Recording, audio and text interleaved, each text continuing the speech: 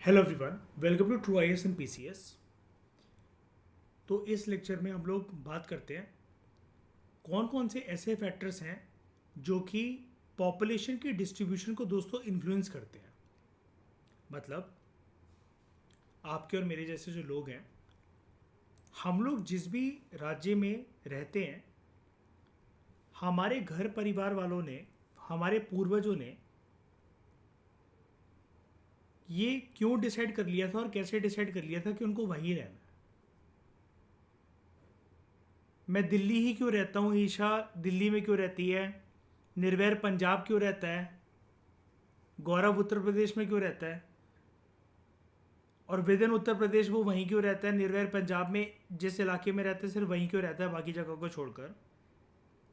हम सबके घर परिवार वालों ने, हमारे पूर्वजों ने मन के अंदर ये क्या प्रेफरेंस डेवलप करी थी, क्या लाइकिंग थी उनकी कि उनको वहीं सेटल होने का मन करा। तो पॉपुलेशन की जो इंक्लिनेशन होती है, जो लाइकिंग होती है, जो ओरिएंटेशन होती है किसी भी एक जोग्राफिकल रीजन को लेते हुए सेटल होने के लिए, तो वो जो है उसके पीछे कुछ फैक्टर्स रिस्पॉन्सिबल होते हैं। और सारे पॉपुल मतलब अगर हम सारी आबादी को मिला दें किसी भी देश की, अपनी देश की अगर हम बात करें, सारी पॉपुलेशन की कभी भी सेम लाइकिंग हो ही नहीं सकती। आप अगर पहाड़ी इलाकों पर जाओ, आपको वहां पर लोग देखने को मिलेंगे कि दूर दराज के इलाकों में, पहाड़ों में, जहां पर 20 किलोमीटर लेफ्ट, 20 किलोमीटर राइट कोई भी नहीं है, वहां पर एक घर परिवार रह रहा है। तो वो क्यों रह रहे हैं, उनको क्यों पसंद आ रहा है वहां पर रहना, वो क्यों ऐसी जिंदगी बिता रहे हैं, वो क्यों नहीं वहां पर सब कुछ छोड़ छाड़ कर दिल्ली जैसी जगह या कोई मेट्रोपॉलिटन शहर, मुंबई, चेन्नई, कोलकाता, यहां पर सेटल क्यों नहीं हो जाते हैं। अब उनकी वो प्रेफरेंस है, लाइकिंग है, लेकिन क्यों है उनकी वो प्रेफरेंस और लाइकिंग। तो जो पॉपुलेशन है, जिस प्रकार से उसका डिस्ट्रीब्यूशन हमें देखने को मिलता है, उसके पीछे बड़े सारे दोस्तों फैक्टर्स रिस्पॉन्सिबल होते हैं। पहले ग्रुप ऑफ फैक्टर्स की हम लोग बात करते हैं, वो है जोग्राफिकल फैक्टर्स। जोग्राफिकल फैक्टर्स में सबसे पहले फैक्टर आता है हमारा अवेलेबिलिटी ऑफ वाटर। वाटर की अवेलेबिलिटी दो चीजों के लिए, ऑब्वियस ही बात, एक ड्रिंकिंग पर्पसेस के लिए और दूसरा एग्रीकल्चर के लिए। लोग जो हैं ऐसे एरियाज में रहना ज्यादा प्रेफर करते हैं जहां पर उनको फ्रेश वाटर जो है वो इजीली अवेलेबल हो, उनको मेहनत मुशक्कत ना करनी पड़े दूर दराज के इलाकों में फ्रेश वाटर को सीख करने के लिए ट्रैवल ना करना पड़े। बहुत सारे लोग ऐसे होते हैं दुनिया में जो अपने इलाकों में ट्रैवल करते हैं, उनकी मजबूरी रहती है, लेकिन कोई भी ये नहीं चाहता कि पानी को पीने के लिए, पानी को भरने के लिए हमें ट्रैवल करके जाना पड़े। यही काम रह गया कि अब पानी के लिए पूरे दिन भटकते रहेंगे इधर से उधर। इस फैक्टर की वजह से जो रिवर वैलीज वाली जो इलाके होते हैं दुनिया में, ऐसा देखा गया है कि वो सबसे ज्यादा, कीवर्ड पर ध्यान देना, सबसे ज्यादा डेंसली पॉपुलेटेड एरियाज होते हैं वर्ल्ड के। दुनिया में सबसे ज्यादा आबादी जो है, सबसे ज्यादा जो भसड़ है, वो वहीं देखने को मिलती है आपको। और यहां पर वाटर के साथ इन्होंने एग्रीकल्चर को मेंशन नहीं करा। ऐसा क्यों? क्योंकि एग्रीकल्चर में भी मदद मिल जाती है जहां पर रिवर वैली जो एसोसिएटेड है। ये फैक्टर ऐड कर लेना, इनसे यहां पर ये मिस हो गया। दूसरा फैक्टर है landforms with in geographical factor. ये जोग्राफिकल फैक्टर एक ब्रॉडर कैटेगरी है, इसके अंदर कुछ फैक्टर्स हम डिस्कस कर रहे हैं। सबसे पहले availability of landform, availability of water, दूसरा है लैंडफॉर्म्स। लोग जो हैं वो प्रेफर करते हैं फ्लैट प्लेन्स में रहना, या फिर हल्का सा पहाड़ी इलाका वो हो भी, लेकिन वहां पर जेंटल स्लोप हो। मतलब आप ऐसा नहीं कह सकते वो पहाड़ी इलाका जेंटल स्लोप वाले इलाके मतलब ऐसे होते हैं, आप उनको ऐसा समझ सकते हो। एक वर्ड मैं आपको देता हूँ उसके लिए, the word is foot hills, जहां से जस्ट थोड़ी सी चढ़ाई की जस्ट शुरुआत हो रही है। अब ऐसा क्यों? लोग ऐसे एरियाज को काफी फेवरेबल मानते हैं, पसंद आते हैं लोगों को ऐसे एरियाज, क्योंकि इजीली वो वहां पर खेती बाड़ी कर सकते हैं, क्रॉप्स की प्रोडक्शन कर सकते हैं। और ऐसे एरिया जो है इंफ्रास्ट्रक्चर फैसिलिटीज के लिए, लाइक रोड बनाना है, इंडस्ट्रीज बनानी है, तो उसके लिए काफी सूटेबल होते हैं। प्राइमरी फैक्टर तो देखो क्रॉप कल्टीवेशन, एग्रीकल्चर कल्टीवेशन ही है। सेकेंडरी फैक्टर है infrastructure like roads and industries.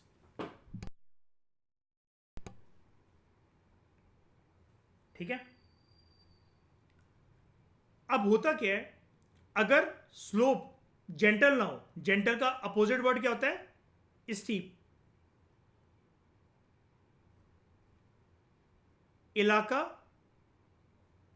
ऐसे ना होकर अगर कुछ इस प्रकार का है,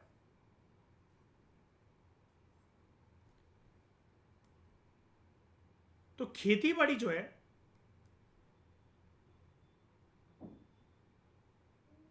वो यहां पर तो संभल जाएगी ऐसे इलाके के अंदर, लेकिन यहां पर जो है वो पॉसिबल नहीं है। और ऊपर से अगर हम इसको चलो नाम दे दें अगर एक बार के लिए, ये है एरिया ए, ये है एरिया बी। यहां पर घर बनाना भी पॉसिबल नहीं है ऐसी स्टीप स्लोप में। ये है स्लोप स्टीप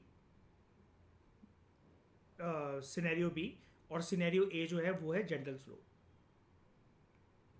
ऐसे स्टीप स्लोप के अंदर घर बनाना भी, हाउसिंग फैसिलिटीज की अगर हम लोग बात करें तो वो भी इजी नहीं होगा। क्यों नहीं होगा इजी?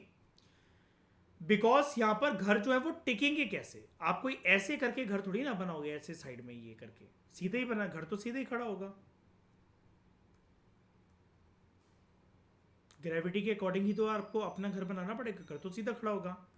और फिर ऐसी जगहों पर जहां पर स्टीप स्लोप्स हैं, वहां पर दिक्कत ये आती है कि लैंडस्लाइड्स की वजह से सब कुछ तहस नहस हो सकता है। जेंटल स्लोप के ऊपर खेती बाड़ी करी जाए, ऐसे रीजन्स में जहां पर जेंटल स्लोप है वहां पर खेती बाड़ी करी जाए या फिर घर बनाए जाए, वहां पर इतना खतरा नहीं है। लेकिन स्टीप स्लोप में क्या है कि एक बार अगर अर्थक्वेक जैसा घटनाक्रम अगर हुआ तो लैंडस्लाइड जो है वो रिकरिंग फीचर बन जाएंगे, बार बार होता रहेगा। और हर कोई पर्सन बार बार घर नहीं बनवा सकता था पैसा जोड़कर। ठीक है। इसलिए लोग जो है वो प्लेन रीजन्स में और जेंटल स्लोप्स वाले रीजन में रहना पसंद करते हैं। लेकिन वर्ल्ड में ये ऐसा देखा गया है कि 95% लोगों की जो प्रेफरेंस होती है वो प्लेन रीजन्स को, फ्लैट प्लेन रीजन्स जो होते हैं उन्हीं को लेकर रहती है। जो माउंटेनियस और जो हिली एरियाज हैं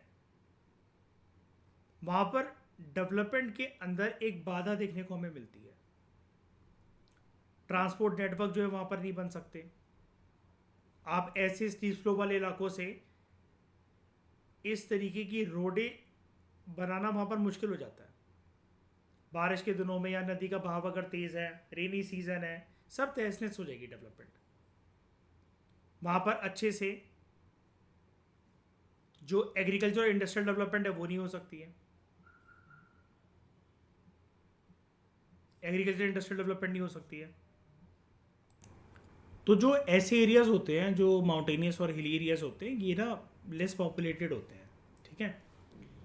यहाँ पर लोग ज़्यादा रहना प्रेफर नहीं करते, मतलब कुछ जो लोग रहते हैं उनका लगाव वगैरह रहता है, या फिर वो वहाँ पर पैदा हुए हैं, उनके जो प्रीवियस जनरेशन है वो वहाँ पर रह रही होती है, या फिर उनके कुछ प्रॉपर्टी वहाँ पर एसोसिएटेड होती है, तो इस वजह से लोग रह रहे होते हैं। ठीक है। अच्छा, जब भी आपको अगर कोई ऐसा इंटरव्यूअर अगर या मीन्स के आंसर राइटिंग में कोई फंसा दे ना,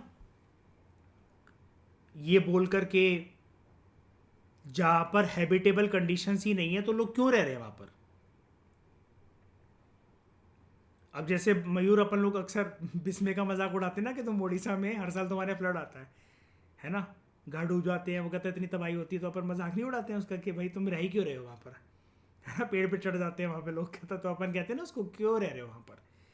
देखो, एक बात हमेशा ज्योग्राफी की डिस्कशंस में मेरी याद रखना, मैं कहता देखो बहुत बहुत ऐसी टोन में हूँ कि हंसी मजाक वाली वो टोन हो जाती है या फिर कुछ लोगों को बुरी लग जाती है, लेकिन अब वो मेरा स्टाइल ऑफ टीचिंग है, उसमें बुरा लगने वाली कोई बात नहीं है, अपन लोग घर परिवार जैसे ही लोग हैं। मैं 3 वर्ड्स इस्तेमाल करता हूँ ना आपसे हिंदी में, ज़र, ज़मीन और जोरू, है ना। इसको हिंदुस्तान का आदमी नहीं होने देना चाहता किसी का भी, और कोई भी नहीं होने देना चाहता। हिंदुस्तान की बात हम क्या करें, दुनिया में कोई भी नहीं होने देना चाहता। बात जब आती है ज़मीन की, प्रॉपर्टी छोड़कर अपनी कोई कहीं से नहीं आएगा। और प्रॉपर्टी का हर जगह पर आप ये सोचो ना कि बेच दे प्रॉपर्टी, यार हर जगह पर प्रॉपर्टी इतनी आसानी से नहीं बिकती है, इतना आसान नहीं होता। जो रेट पर्सन को ऑफर करा जा रहा होता है, काउंटर रेट, वो ठीक नहीं होता पर्सन के लिए, बहुत बार वो पर्सन सेटिस्फाइड नहीं होता उससे, तो ऐसे कैसे बेच दे। और आपको मैं एक चीज़ और बताता हूँ, यहाँ पर थोड़ा सा सोसाइटी का एंगल भी है, इस चीज़ को समझना ज़रूरी है, क्योंकि देखो यार, ये कोई जो हम डिस्कशन कर रहे हैं कोई मुश्किल डिस्कशन नहीं है, या आप आंखें बंद करके वैसे भी अपने हिसाब से आंसर लिख लोगे। ये बच्चों वाली चीज़ें हैं, आप 6 क्लास की ज्योग्राफी पढ़ोगे, वहाँ पर भी सेम चीज़ें यही दे रखी हैं। लेकिन एग्जामिनर तो आपको ऐसे क्वेश्चन पूछ के ट्रैप करेगा ना कि जब लोगों को एक पर्टिकुलर जगह में रहने के लिए असुविधा होती है, तो जहां पर सुविधाएं हैं वो वहां क्यों नहीं माइग्रेट कर रहे हैं? पागल है क्या वो लोग? रोटी खा रहे हैं कि गोबर खा रहे हैं? क्या दिक्कत है? पहाड़ी इलाकों में लोग रह रहे हैं, ठंड से ठिठुर रहे हैं, उत्तराखंड के फ्लड्स आ रहे हैं, गर्लफ्रेंड बह जा रही है किसी की पानी में, वो ओए ओए ओए ओए करते रह गया, उसको चली गई तब तक गर्लफ्रेंड बहकर। क्यों सहन कर रहे हैं लोग ऐसा हार्श क्लाइमेट, ऐसे दुख भरा जीवन, जहाँ पर जो कुदरत है, जो प्रकृति है, वो बिल्कुल पर्सन के अपोजिट काम कर रही है? क्यों? बिकॉज ऑफ लगाव ऑफ द प्रॉपर्टी। क्योंकि खुद आप सोच के देखो, इसके अलावा क्या रीज़न है? खुद दिमाग आप चलाओ। जैसे पर्सन को असुविधा हो रही है, वहाँ पर इकोनॉमिक कंडीशंस नहीं है, कमाई के साधन नहीं है, क्यों पहाड़ पे घूम रहे हैं लोग? क्यों नदियों के किनारे हर साल उनका जो घर है वो बह जा रहा है, सरकार बार बार मरम्मत करवा कर दे रही है, हर साल फ्लड आ रहा है, स्कूल नहीं जा पा रहे, कॉलेज नहीं जा पा रहे, यूपीएससी की तैयारी नहीं कर पा रहे, क्यों मर रहे हैं वो वहां पे? पुश्तैनी जमीन से प्यार, प्रेफरेंस, ये one of the prominent reason है जिसके ऊपर आप सामने वाले से आंखों में आंखें डालकर ये आर्ग्यूमेंट कर सकते हो। ठीक है, तो these areas tend to be less populated. जो गंगा प्लेन्स हैं, they are among the most densely populated areas of the world. ठीक है, they are among the most densely populated areas of the world. ये हम पढ़ते भी हैं अक्सर, ये वाला फैक्ट आप लोग जानते भी होंगे। जबकि जो हमारे देश में, इंडिया स्पेसिफिक बात हो रही है इस वाले पॉइंट में, जबकि जो हमारे देश में जो माउंटेनियस रीजन्स हैं और स्पेशली जो हिमालयस हैं, दे आर स्केर्सली पॉपुलेटेड, वहाँ कम लोग रहते हैं। और गंगा प्लेन्स में रहने का कारण क्या है? जैसे हमने बात करी थी, अवेलेबिलिटी ऑफ वाटर भी है, फ्लैट प्लेन्स हैं, कोई स्लोप वगैरह नहीं है, एग्रीकल्चर वगैरह आराम से हो जाता है, लोगों को कोई डर नहीं है कि घर वगैरह खिसक जाएगा, रातों रात सो रहे होंगे, घर ढह गया, पता चला पूरा का पूरा, भूकंप आया और लैंडस्लाइड हो गई, ऐसा कोई दिक्कत ही नहीं होती प्लेन रीजन्स में, फ्लैट रीजन्स होते हैं क्योंकि ये। ठीक है, और ऊपर से गंगा प्लेन्स जिनको बोला जाता है, इनके साथ एक एसोसिएटेड फैक्टर ये भी है कि यहाँ पर आगे जाकर एक वर्ड आएगा, कहाँ गया, ये यहाँ पर फर्टाइल लोमी सॉइल्स भी हैं। फर्टाइल लोमी सॉइल्स क्या होती हैं, इनका फ़ायदा क्या होता है, अभी हम सॉइल वाले पोर्शन पे आते हो तब मैं आपको बताता हूँ।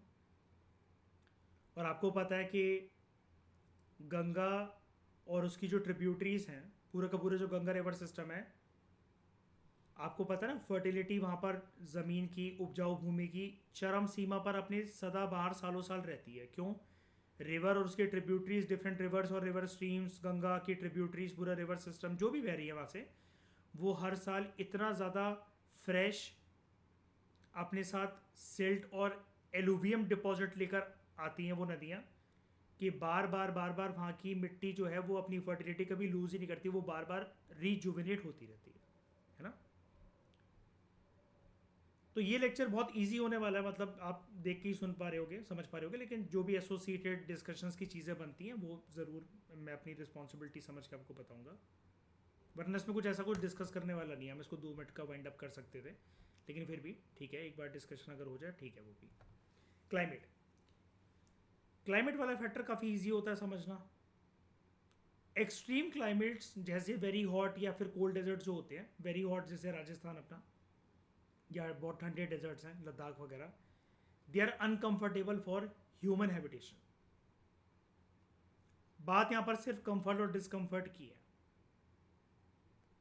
और कोई भी चीज़ यूनिवर्सल लेवल से तो कभी काम ही नहीं करती है पूरी यूनिवर्स में। यूनिवर्स का यही रूल है कि कोई भी चीज़ यूनिवर्सल लेवल से काम ही नहीं करती है। ऐसा नहीं है कि यहाँ पर कोई भी लोग नहीं रह रहे हैं, लोग रह रहे हैं। अगेन आपके दिमाग में क्वेश्चन आएगा, लोग पागल हैं, -20 डिग्री में रह रहे हैं मर रहे हैं, 50 डिग्री राजस्थान में रह रहे हैं मर रहे हैं, क्यों भाई? उनको बहुत अच्छा लगता है क्या ठंड में ठिठुरते रहना, या फिर दिन भर उनकी शर्ट पैंट से पसीना बहता रहे, क्यों? एक तो लगाव विद द रीजन, दूसरा क्या होता है कि अब यहाँ पर हम देखो ये तो नहीं कहेंगे कि वो पर्सन वहाँ पर कंफर्टेबल फील कर रहे हैं, बिल्कुल नहीं कर रहे हैं। पर्सन कंफर्टेबल से ज़्यादा वहाँ पर ना एडजस्ट भी हो गया है, जनरेशन बाय जनरेशन एडजस्ट हो जाती है वहाँ पे। अब जैसे आप में से कोई कुल्लू में, मनाली से, रोहतांग से कोई है मान लो आप में से, और मैं उसको अपने पास दिल्ली या फिर एमपी बुला लूँ कि ऑफलाइन कोचिंग तुम मेरे पास मेरे घर पर आकर करो, और जून जुलाई के महीने में या मई मंथ के अंदर मैं उसको बुला लूँ, तो वो पर्सन सर्वाइव नहीं कर सकेगा, या नहीं कर सकेगी। वो बहुत बीमार हो सकते हैं यहाँ पर आकर, इतनी गर्मी उनसे बर्दाश्त ही नहीं होगी। सिमिलरली आप में से अगर कोई आंध्र प्रदेश, केरला, तमिलनाडु से है, और मैं वहाँ पर उसको लद्दाख बुला लूँ या फिर हिमालयन रीजन में बुला लूँ कोचिंग करने के लिए, पढ़ाई करने के लिए, तो वो पर्सन वहाँ पर बार बार उसको ज़ुकाम होता रहेगा, फीवर होता रहेगा, पर्सन का सर दर्द होता रहेगा, बीमार पड़ता रहेगा, वो फोकस नहीं कर पाएगा, कॉन्सेंट्रेशन उसकी नहीं बनेगी, क्योंकि वो वहाँ पर एडजस्ट नहीं कर सकता। तो areas with comfortable climate where there is not much seasonal variation, जहाँ पर ज़्यादा सीजनल वेरिएशन नहीं होती है, तो it attracts more people, it attracts more people.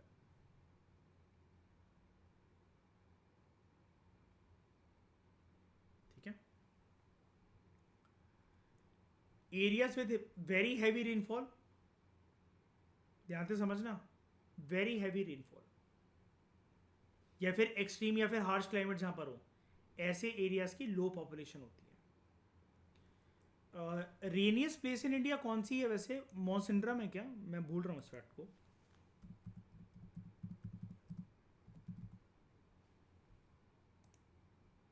हाँ, मौसिनड्रम, मेघालय। यार अब ऐसी जगह जहाँ पर हर जगह आपको घर से बाहर निकलने के लिए मयूर छाता चाहिए पड़े अपन को, तो क्लाइमेट ऐसा हो, बाइक आप स्कूटी जो है वो आपको इतनी ध्यान से चलानी पड़े कि आपकी स्लिप हो जाएगी। और मुझे आप एक बात बताओ, हर एक मौसम जो एक्सट्रीम में होता है वो आपको इरिटेट करता है कि नहीं करता है? ईशा, हर समय सर्दी हो इरिटेटिंग लगेगी कि नहीं लगेगी? निर्वैर, हर समय बारिश होती रहे, मयूर हर समय गर्मी ही पड़ती रहे, एक टाइम के बाद ही अब जैसे बारिश अच्छी लगती है हम सबको, है ना, बारिश ठीक है, अच्छी चीज़ है। बारिश उस दिन हमें गौरव अच्छी लगेगी क्या जिस दिन हमारा सुबह यूपीएससी का प्रीलिम्स होगा? मेंस चल रहे हो अपने 9 दिन तक लगातार हो रही हो, अंधाधुंध, रुकने का नाम नहीं ले रहा, आधा मूड तो इसी बात पे नहीं खराब हो जाएगा, है ना? तो कहीं पर भी जहाँ पर एक्सट्रीम में क्लाइमेट होता है, टेम्परेचर होता है, टेम्परेचर क्या मतलब, टेम्परेचर तो चलो शॉर्ट टर्म होता है, हम इतना जानते हैं जोग्राफी से। क्लाइमेट एक जगह की लॉन्ग टर्म के जो टेम्परेचर चलते हैं, half decade, more than decade, 100 साल, 50 साल, जो उधर की पहचान बन जाती है, वो बन जाता है क्लाइमेट। आई होप आपको डिस्कशन याद होगी। 8th क्लास की जोग्राफी की हमने डिस्कस करा था कि क्लाइमेट और टेम्परेचर में क्या डिफरेंस होता है ना। लंबे समय का एक कॉमन टेम्परेचर जो एक जगह की पहचान बन जाता है, वो क्लाइमेट कहलाता है, राइट।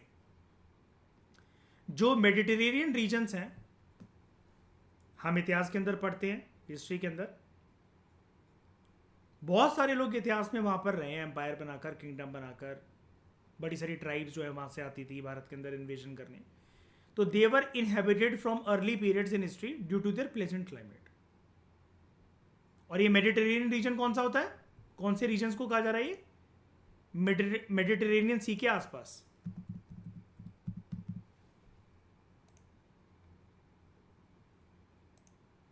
ये वाले सारे के सारे जितने आप यहाँ पर आसपास देख सकते हो, Morocco, Algeria, Tunisia, Libya, Egypt, Suez canal वाला एरिया, वो हालांकि इजिप्ट की टेरिटरी है, Israel, Lebanon, Syria, Cyprus, Turkey, Greece, Croatia, Slovenia, Bosnia Herzegovina, Montenegro, Albania, Italy, Monaco, France, Malta, Crete, Greece, ये सब आसपास का पूरा एरिया। क्या है इधर ये खास बात, हाँ, और कॉन्टिनेंट वाइज बात करो तो ये एरिया ऐसा है कि ऊपर से यूरोप को कनेक्ट करता है, राइट साइड से एशिया को, और यहाँ से अफ्रीका को, और इधर है इसके अटलांटिक ओशन। ये तो चलो ठीक है। मेडिटेरेनियन रीजन है कैसा,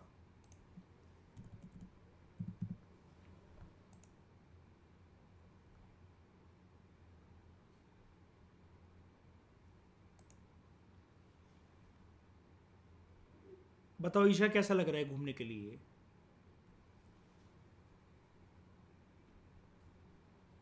ईशा खुश हो गई, कह रही यहीं करूँगी अपना हनीमून पहला। यहाँ पर लग रहा है आपको कोई एक्सट्रीम कंडीशंस लग रही है निर्वैर, बताओ, है ना। निर्वैर बंदी होते हुए या ब्रेकअप के बाद, दोनों सिचुएशन में यहाँ पर जाया जा सकता है ना। दोनों सिचुएशन में पर्सन हैप्पी रहेगा यहाँ पर, है ना। ये है, ठीक है। सॉइल की बात करें, areas with fertile Lumi soils they have more people living on them, क्योंकि वहाँ पर इंटेंसिव एग्रीकल्चर, मतलब इंटेंसिव एग्रीकल्चर का मतलब ये होता है बहुत ज़्यादा एग्रीकल्चर जब होता है, अच्छी प्रोडक्शन होती है, खेती बाड़ी चरम से यहाँ पर होता है, ज़्यादातर लोग खेती बाड़ी करते हैं, तो ऐसे यहाँ पर रीजन सपोर्ट होते हैं। सॉरी, ये ऐसा एग्रीकल्चर यहाँ पर इन रीजन्स में सपोर्ट होता है। फॉर एग्जांपल भारत की बात करें तो गंगा प्लेन्स और coastal delta areas in India, coastal इलाके, लेकिन सारे कोस्टल इलाके नहीं जहाँ पर फर्टाइल लोमी सॉइल आपको मिल रही हो। जैसे आप कहो कि गोवा का बीच है, गोवा के बीच पे थोड़ी ना फर्टाइल लोमी सॉइल है, वहाँ पर कोई थोड़ी ना पेड़ पौधे या कोई एग्रीकल्चर उग रहे हैं, ठीक है, कोई एग्रीकल्चर प्रैक्टिस कर रहा है। अब सवाल ये उठता है कि what do we mean by the term fertile loamy soil. Fertile है वो हमें समझ में आ रहा है, लेकिन लोमी सॉइल का मतलब क्या होता है, शॉर्ट में बता देता हूँ। टाइप्स ऑफ सॉइल्स मैंने आपको क्लास 8th की तमिलनाडु की ज्योग्राफी में कवर करवाया था।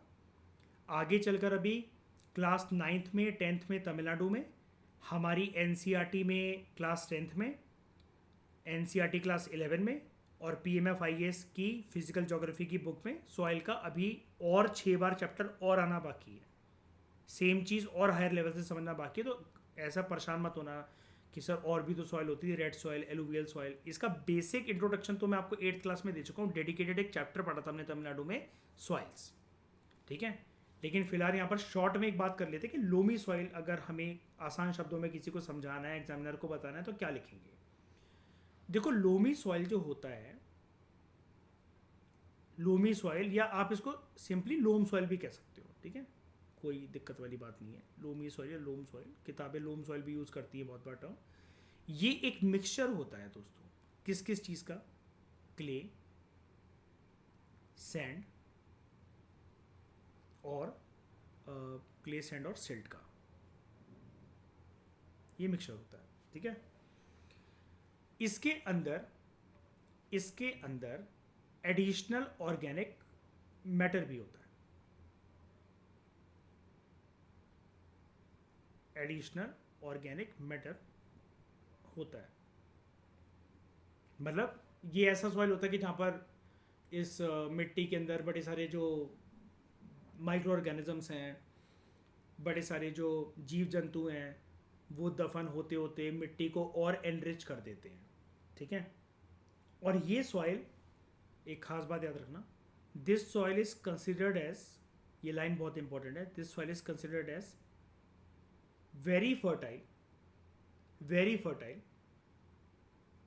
as compared to other types of soil, as compared to other types of soils, काफ़ी फर्टाइल मानी जाती है। तो ये वाली सॉइल पे ना कल्टीवेशन करना काफ़ी बढ़िया माना जाता है प्लांट की, एग्रीकल्चर की ग्रोथ एंड डेवलपमेंट के लिए। क्यों? इसकी एक खास बात ये भी होती है, इसको हम ये लिख देते हैं, इसकी एक खास बात ये भी होती है, प्लांट की रूट्स को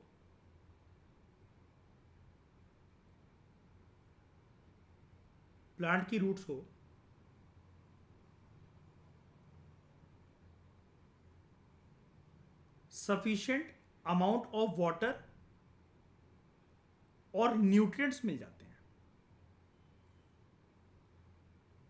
आप कहोगे सर वो तो किसी भी मिट्टी से मिल जाएंगे, रेगिस्तान की मिट्टी की बात ना करो, उसको छोड़ के कोई भी मिट्टी पकड़ लो, सबसे मिल जाएंगे। आपकी सोच सही है, मिल जाएंगे, लेकिन इस सॉइल के अंदर ये पानी और न्यूट्रिएंट्स को होल्ड करने की कैपेसिटी अपनी ओरिजिनल मात्रा के अंदर, पानी को बिना खोए, ओरिजिनल न्यूट्रिएंट्स को बिना खोए होल्ड करने की कैपेसिटी लोमी सॉइल में काफी बेहतरीन मानी जाती है, बहुत बढ़िया मानी जाती है होल्डिंग कैपेसिटी वाटर और इसकी न्यूट्रिएंट्स की, ठीक है। तो ये हमने पहला फैक्टर कवर करा कि ज्योग्राफिकल फैक्टर्स कौन कौन से हैं जो कि पॉपुलेशन के डिस्ट्रीब्यूशन को इन्फ्लुएंस करते हैं, पानी की अवेलेबिलिटी, लैंडफॉर्म्स, क्लाइमेट। उसके अलावा हमने पढ़ा चौथा फैक्टर सॉइल्स। अब दोस्तों बात करते हैं इकोनॉमिक फैक्टर्स की।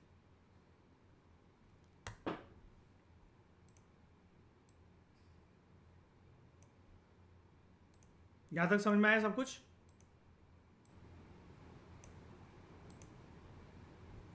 Economic factors, number 1 minerals. ऐसे एरियाज जहां पर मिनरल डिपॉजिट्स रहते हैं बहुत ज़्यादा, वो अट्रैक्ट करते हैं इंडस्ट्रीज को। तो दोस्तों सबसे पहले आप मुझे ये बता दो, मिनरल डिपॉजिट्स होते कहां पर है, कहां ज्योग्राफी में, कौन सी टोपोग्राफी में मिनरल्स देखने को मिलते हैं जनरली? नहीं, होता क्या है वो स्ट्रक्चर? प्लेट्यूज, जिनको हम एक और नाम से जानते हैं ना, do you remember the word table land? शाबाश शाबाश, टेबल लैंड, ठीक है। Table top land, table land सारे सही हैं वर्ड। तो माइनिंग और इंडस्ट्रियल एक्टिविटीज जो है यहाँ पर होता क्या है कि लोग क्यों प्रेफर करते हैं यहाँ पर, है ना, लोगों को रोजगार मिल जाता है, वर्करों वगैरह को यहाँ पर। तो स्किल्ड चाहे सेमी स्किल्ड वर्कर्स हों, वो इन एरियाज में मूव कर जाते हैं, और उनके मूव करने की वजह से ऐसे एरियाज, ध्यान से समझना, उनके मूव करने की वजह से वहां पर, आपने ये पढ़ा था ना, याद है इस चैप्टर की स्टार्टिंग में, पॉजिटिव ग्रोथ ऑफ पॉपुलेशन, जब लोग माइग्रेट कर जाएंगे एरिया के अंदर अपने पुराने एरिया को छोड़कर, है ना। तो माइग्रेशन होने की वजह से वो वाले एरियाज जहां पर ये ऐसे मिनरल डिपॉजिट्स हैं वो बन जाते हैं densely populated areas of the world.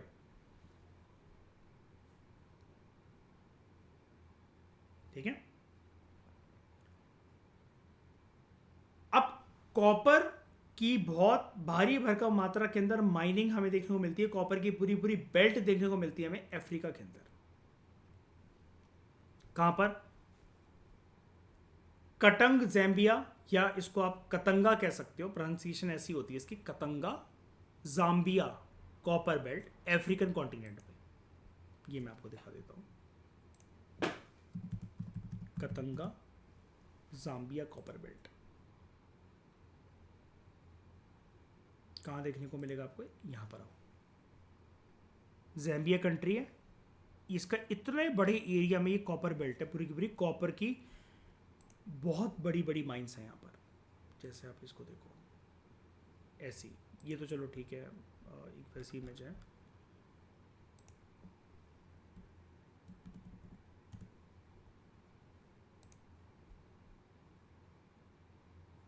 यहाँ पर एक फोटो थी, हाँ ये रहा, इसको देख लो,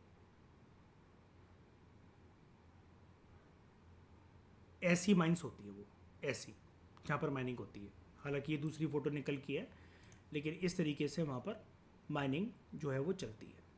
कोई भी माइनिंग साइट हो, मतलब इस तरीके से वहाँ पर माइनिंग चलती है। ये है प्रॉपर कतंग माइनिंग कॉपर की। दूसरा फैक्टर है अर्बनाइजेशन। अच्छी अगर सिविलियन फैसिलिटीज़ हों और बेटर एम्प्लॉयमेंट अपॉर्चुनिटीज़ हो तो लोग शहरों की तरफ मूव करते हैं। इसकी वजह से एक माइग्रेशन का फिनोमेना जो हमें देखने को मिलता है वो होता है रूरल अर्बन माइग्रेशन। और सिटीज़ की जो ग्रोथ होती है वो बढ़ती है, मतलब लोगों का आना वहाँ पर आगमन जो है वो बढ़ता है। दिल्ली में सारे लोग दिल्ली के थोड़ी ना है, बहुत सारे लोग काम ढूंढने, व्यवसाय करने के पर्पज़ से बाहर से आए हैं, बहुत सारे स्टेट से जहाँ पर उनको इतनी अच्छी अपॉर्चुनिटीज़ नहीं मिल पाती हैं। तो वो सारे मिलकर, मतलब देखने से ऐसा लगता है कि वो सारे लोग मिलकर दिल्ली के पार्ट है, लेकिन वो एक्चुअली है नहीं। लेकिन पूरी दिल्ली की आबादी अगर सिर्फ देखी जाए without checking the actual location of the people from where they belong to, तो वो सारे लोग मिलकर दिल्ली की आबादी को बढ़ाते हुए नज़र आते हैं। उनके लोगों की होने की वजह से भीड़ भड़क है दिल्ली के अंदर। तीसरा इकोनॉमिक फैक्टर है इंडस्ट्रियलाइजेशन। इंडस्ट्रियल बेल्ट जहाँ पर होती हैं वो लोगों को जॉब अपॉर्चुनिटीज़ प्रोवाइड करती हैं एंड लोग वहाँ पर अट्रैक्ट होते हैं। जैसे कोबे ओसाका रीजन जो है जापान का, वो काफ़ी थिकली पॉपुलेटेड रीजन है। थिकली पॉपुलेटेड का मतलब ये होता है लोगों की बसड़ आबादी काफ़ी ज़्यादा है वहाँ पर, बिकॉज बहुत सारी इंडस्ट्रीज़ है वहाँ पर और लोग एम्प्लॉयमेंट सीख करने वहाँ पर जाते हैं। कोबे ओसाका रीजन जापान में है। कोबे ओसाका, ये आप देखो,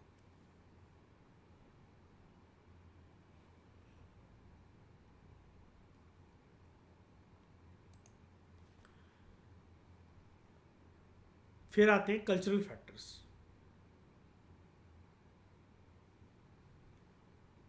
अब कुछ लोग बड़े परेशान होते हैं क्योंकि उनके यहाँ पर सिविल या फिर पॉलिटिकल अनरेस्ट चल रहा होता है। जैसे अभी रिसेंटली बांग्लादेश में तख्ता पलट हो गया, ठीक है, और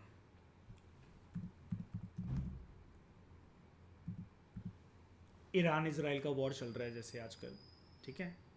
तो यहाँ पर काफ़ी ज़्यादा अनरेस्ट जब ऐसे इलाकों में रहता है,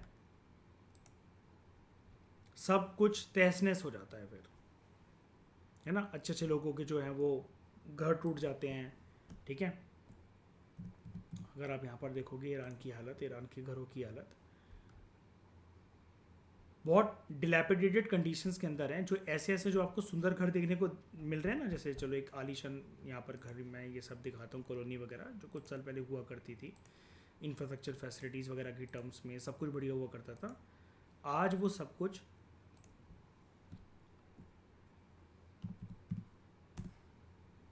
बंजर ज़मीनों के अंदर कन्वर्ट हो चुका है, सब कुछ डिलैपिडेटेड कंडीशंस के अंदर है वहाँ पर, ये सब कुछ।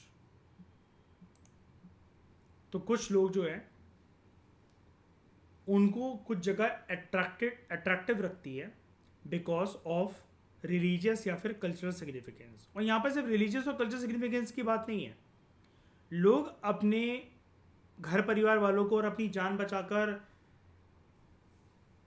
सुख शांति का जीवन बिताना चाहते हैं। इसके लिए चाहे उनको जो कीमत देनी पड़े वो देने को तैयार है, लेकिन हर कोई पर्सन ये चाहता है कि वो सुख शांति से रहे। एक कोई सिविल अनरेस्ट या पॉलिटिकल अनरेस्ट जैसी जगह है उसकी कंट्री में, उसके रीजन में, तो वो वहाँ से चला जाएगा। तो people tend to move away from places where there is social या फिर पॉलिटिकल इंटरेस्ट।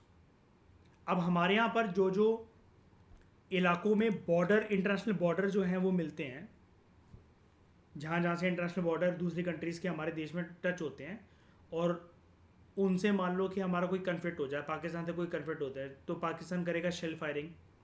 तो जिन लोगों के घर जो प्रभावित होते हैं या फिर जो शेल्स जो लोगों के घर में आके गिरते हैं, जैसे न्यूज़ पे बहुत बार दिखाया जाता है, तो वो लोग दूसरे दूसरे एरियाज में माइग्रेट कर जाते हैं बहुत बार,